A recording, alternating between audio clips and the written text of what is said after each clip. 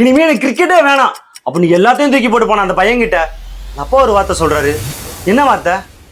வாங்க பார்க்கலாம். 1986 உத்தரப்பிரதேசில் மிலிட்ரி ஆஃபீஸருக்கு ஒரு பையன் பிறக்கிறான். அந்த பையனுக்கு வளர வளர கிரிக்கெட் மேலே ஆர்வம் வருது.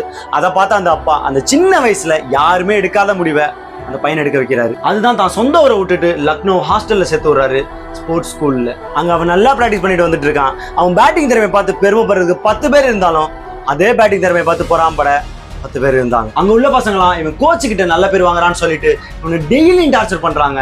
இதெல்லாம் பார்த்து அந்த பையன் எனக்கு கிரிக்கெட் வேணாம் எதுவும் வேணான்னு அவன் திரும்ப அவன் வீட்டுக்கே கிளம்பி போறான். இங்க நடந்தது எல்லாம் அவன் அப்பாட்ட சொல்லி கதறி அழுகிறான்.